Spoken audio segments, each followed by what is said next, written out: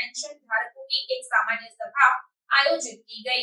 संतरामपुर और कडाणा तालुका के पेंशन धारकों की एक सामान्य सभा गुजरात राज्य के अध्यक्ष राणा भाई चंदूलाल जोशी और विनय चंद्र पटेल की अध्यक्षता में संतरामपुर में हुई। इस अवसर पर विभिन्न विभागों के पेंशन धारकों ने बड़ी संख्या में उपस्थिति दी और सेवानिवृत्त लोगों के सामूहिक मुद्दों जैसे कि 30 जून का एक नॉशनल इजाफा, 325 फिक्स पगार के शिक्षकों के लिए नौकरी गिनना और पगार रिवाइज करना, कम्युनिटी पेंशन, 1/3 पेंशन कटौती के बारे में चर्चा की गई। इसके अलावा पेंशन से संबंधित फॉर्म को नवीनीकृत करने और पेंशन धारकों को मिलने वाले लाभों के बारे में जानकारी और मार्गदर्शन दिया गया। इसके अलावा संघ शक्ति कलयुग के सूत्र के अनुसार सहयोग और पेंशन धारकों को मृत्यु के समय सेवा चैरिटेबल ट्रस्ट के माध्यम से 1 लाख रुपए की सहायता देने का निर्णय किया गया। इसके अतिरिक्त किसी भी पेंशन धारक की तालुका स्तर पर प्रस्तुति उचित जिला स्तर पर और राज्य स्तर पर समाधान के लिए कोर्ट से संबंधित कार्यों के लिए आवश्यक संघ का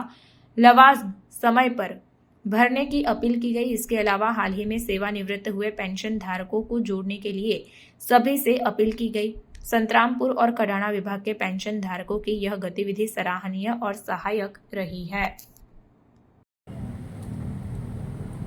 साधारण सभा में उपस्थित गुजरात राज्य निवृत्त कर्मचारी महामंडळના અધ્યક્ષ અને આજની સભાના અધ્યક્ષ આદરણીય નિર્મલસિંહજી રાણા સાહેબ, એમની સાથે ઉપસ્થિત गुजरात राज्य महामंडळના खजांची श्री आदरणीय चंद्रसिंहजी झाला साहेब, आपना मंडळનો વડલો एक वंदनीय आदरणीय वर्षों सुधी જેમણે સેવા કરી છે અને દર વખતે કહે છે કે મને છોડો અને તમે બધા નક્કી કર્યા છે કે એમને છોડવા નથી, એવા એક આદર્શ પુરુષ એટલે વિનોદાદા, એવા સંતરામપુર કડાણાના ચેરિટેબલ ટ્રસ્ટના પ્રમુખ અને આપના પ્રમુખ આદરણીય વિનોદાદા, તમારા મંત્રી શ્રી રશીદભાઈ ચંદાણી સાહેબ, ભાઈ શ્રી ડામોર સાહેબ, આદરણીય વડીલ શ્રી ઠાકર સાહેબ, કેશુભાઈ, અહીં બેઠેલા તમામ જિલ્લાના અહીંના લોણાવાડાના પ્રમુખશ્રી, બીજા અન્ય તાલુકામાંથી ઉપસ્થિત તમામ હોદ્દેદારશ્રીઓ, ઘણો સમય નહીં લઉં આમાં, પણ આપ સૌ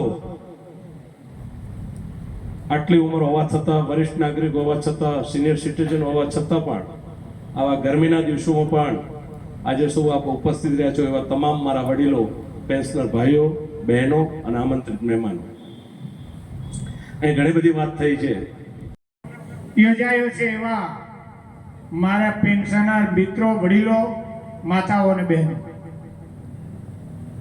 મિત્રો, તમારા તાલુકામાં મને ત્રીજા વર્ષે આવવાનો મોકો મળ્યો છે, લગાવ છે, સાથે સાથે લપડાક પણ અહીંયાથી મળે છે। મારે મારો પરિચય ન આપવો જોઈએ, પણ આપવાની ફરજ પડી છે એટલે હું આપી દઉં છું। સુરેન્દ્રનગર જિલ્લાના લખતર તાલુકાના ડેરવાડા ગામનો વતની છું। નિર્મળસિંહ દાદુભા રાણા જ્ઞાતિ એક ક્ષત્રિય। 14 વર્ષ મેં પ્રાઇમરી શિક્ષક તરીકે કામ કરેલું લખતર પ્રોપરમાં, અને ત્યાર પછી 58 વર્ષ સુધી ગુજરાતની શ્રમ અને રોજગાર શાખાની આઈટીઆઈમાં હોસ્ટેલ સુપરિન્ટેન્ડન્ટ તરીકે મેં નોકરી કરેલી છે। આ મારે પરિચય આપવાનું કારણ મિત્રો, એનેથી આગળ કહું,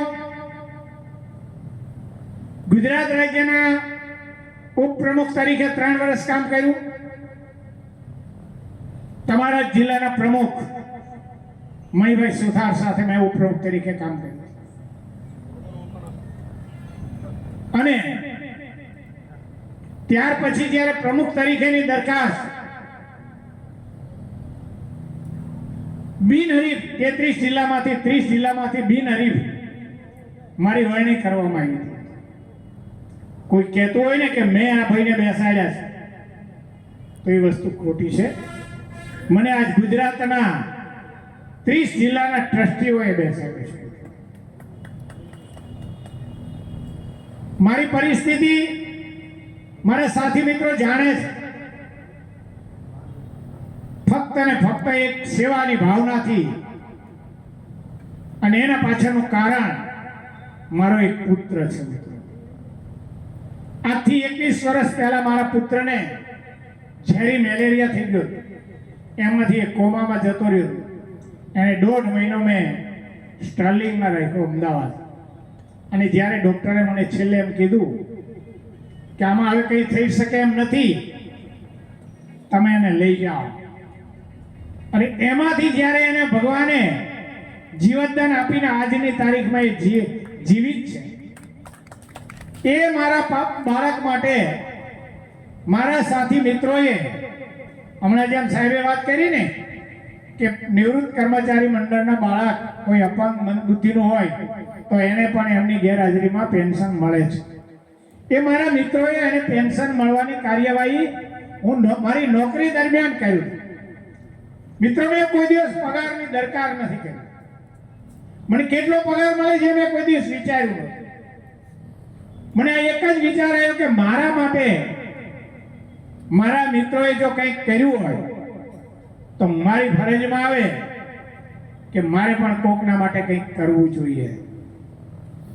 આપણે સૌ ઉપસ્થિત છીએ એમાં વિનુદાદાએ તમારા જે ચેરિટી જે ખરું એ ચેરિટી વિશેની જે વિગત આપી કે ભાઈ 100 રૂપિયા રાખવા તમને 75,000 મળે છે, વધારે કંઈક આપવા.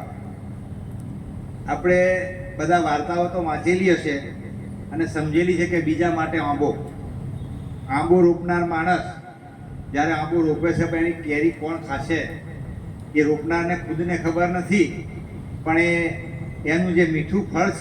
ગોધ્યાના મોવાડા અને 2000માં હું રિટાયર થયો છું. અત્યારે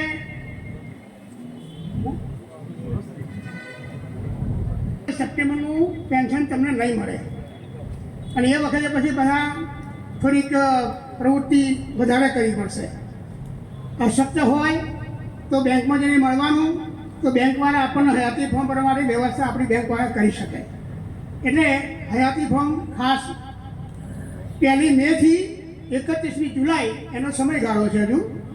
એટલે હયાતી ફોર્મ ના ભરી હોય દરેકે ભરી લેવા વિનંતી છે. મને જે કંઈ નડ્યું છે, મારી પાસે જે કંઈ પ્રશ્નો આવ્યા છે કરીશું, પણ મારી ગણતરી એવી હતી કે 75 રૂપિયા આપવા અને 100 ઉઘરાવવા, એના કરતાં કંઈક ઘટાડી દેવા અને આપણે ઓછા આપવા, એવી મારી ઈચ્છા ખરી. નહીં તો આ એક તમને બતાવું છું. તમારે શું કરવું તમારે વાત છે, અને એ જ અમારે કરવાનું છે. પછી બીજાનું કેટલાકનું કહેવું એવું છે કે 100 રવા દો, કાલે વધશે નહીં, કાલે કોઈ વધારે નહીં આપે એટલે એ રવા દો. એટલે એ વાત છે. પણ મારું માનવું સ્પષ્ટપણે છે કે 100 લઈ અને 75 આપવા, એના કરતાં 50 લઈને 75 આપીએ અને 50ના 60 કરવા અને 60ના 70 કરવા, એમાં કોઈ ના પાડી શકે એમ નથી. હું આમ માનું છું. એટલે બંને સાહેબની વાત થોડી ત્યાં અમારે બંનેની કપાય છે. એટલે આપ સૌનું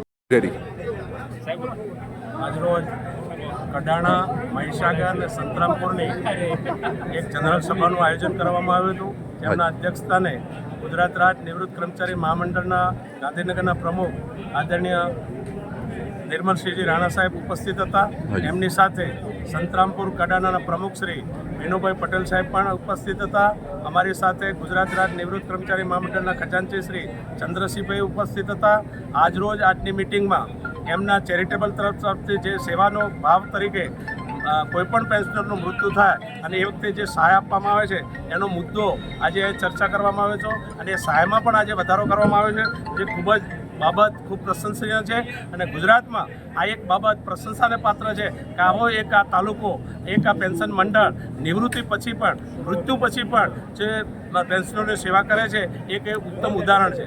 બીજા જે પેન્શનરોના પ્રશ્નો છે અમારા કેટલાક, દાખલા તરીકે 30 ના રોજ 1/1/6 પછી જે નિવૃત્ત થયા છે એમને એક ઇન્ક્રીમેન્ટ મળવું જોઈએ એની બાબતની, 325ના શિક્ષકોને જે અન્યાય થયો છે એ બાબતની, અને દરેક બાબતમાં જ્યારે પ્રાથમિક શિક્ષકો હોય કે કોઈ પણ કર્મચારી હોય એમના પેન્શનના હક અને હિત માટે કોઈ નુકસાન થતું હોય તો આ મંડળ સચોટ રજૂઆત કરીને સરકારમાં હક અને હિતોનું રક્ષણ કરવા માટે, ન્યાય અપાવવા માટે સંગઠિત બની અને કામ કરે છે.